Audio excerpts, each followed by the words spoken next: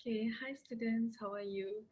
Welcome back to our Friday class. So today we are going to learn about another reading skill.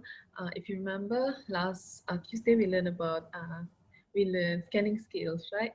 So this today we are going to learn another skill which is very important, which that is inferencing skill. So let's learn together. All right. Okay, inferencing. I'm sure you have heard inferencing before. Yeah, you learn it in science, right? Where you have to come out with an inference before you conduct an experiment. So today, it's actually the same concept, very similar. Yeah, let's go to it together. All right. All right, so if you remember, these are examples of inferencing in science. So basically, inferencing is you come out with a conclusion using observation and reasoning. Um, for example, look at the first one. So the question is, or what you want to find out is how and what did dinosaurs eat. Of course, we can't know, we can observe a dinosaur, right? Because they have extinct. Um, but what we can do is we can look at the evidence. For example, we can see the fossil. So we still have fossil of dinosaur droppings, and based on their droppings, scientists can make an inference, make a good assumption of um, what of their diet uh, and their anatomy. Okay, same goes to the next example. Look here. How deep is the ocean floor in different places? Of course, it's not possible to go to the ocean floor, right? Because it's such a dangerous thing to do.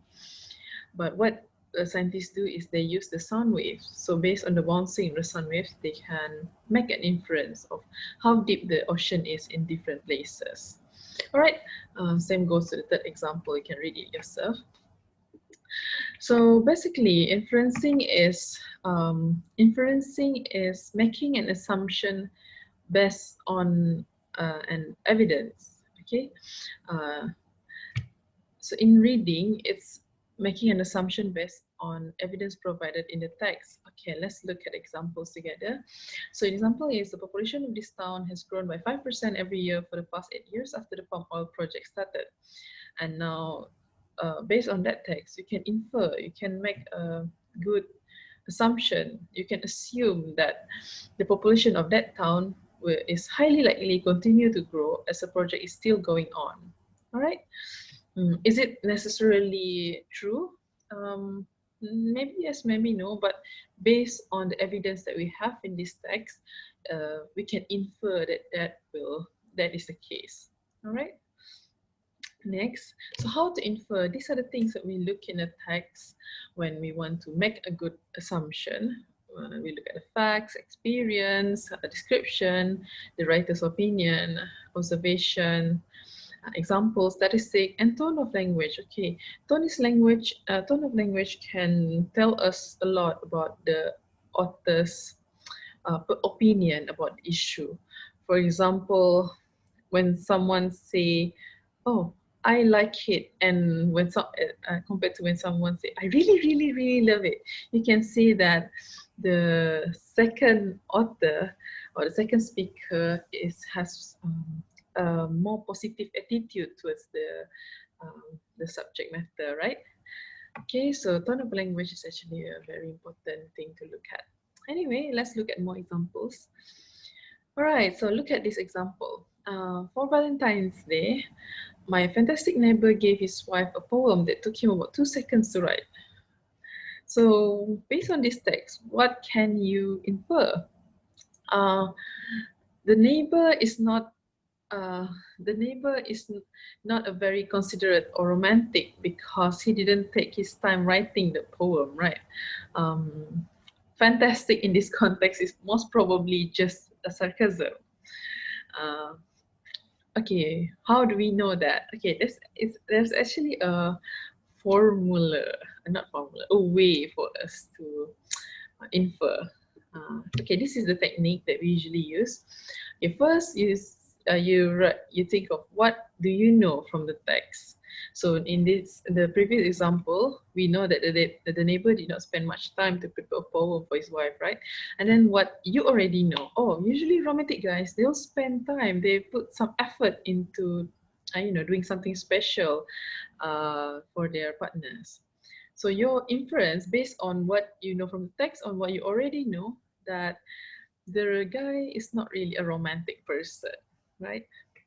Okay, let's look at another example, which I'm sure you're familiar with. Remember the text that the short story that we read a few weeks ago about Erika, Kitaru, and Tanimura. So Erika, okay, spoiler alert, they did not end up together, right? But they stayed friends. So that is what we know from the end of the story. Um, so what do you already know before the end of the story? Uh, First, Kitaru said that they got together naturally, right? As they were friends from elementary school, and everyone around them, their parents, their teachers, their friends, approve of their relationship. And also, he also mentioned that he cannot picture her sexually, right? That's why they never sleep together. So based on this, what's based on the evidence at the end of the text and what we already know about their relationship, we can infer that maybe Kitaru may not truly in love with Erika, or I mean, not in love with her romantically. Maybe he loves her as a close friend. That's why they stayed together. I mean, they stayed in touch. They stayed friends even after they broke up. So that is just my inference. Is it really true? Maybe yes, maybe no. But based on this evidence, based on my logical assumption, this is what I can assume. All right. So that is, I hope that this will give you a better idea of what is an inference. If we compare scanning and inference, scanning, the fact is there in the text. You just have to find it. While inference is, you have to use your critical thinking skills. Okay. So you have to connect events and use your prior knowledge, the knowledge about the world and how humans usually behave to come out with a good prediction or assumption. Okay, anyway, that is about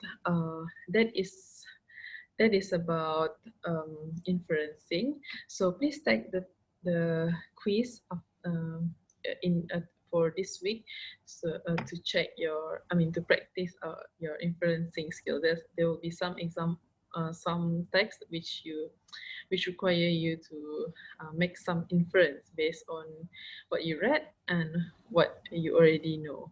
All right. Okay. Thank you. I'll see you again next week.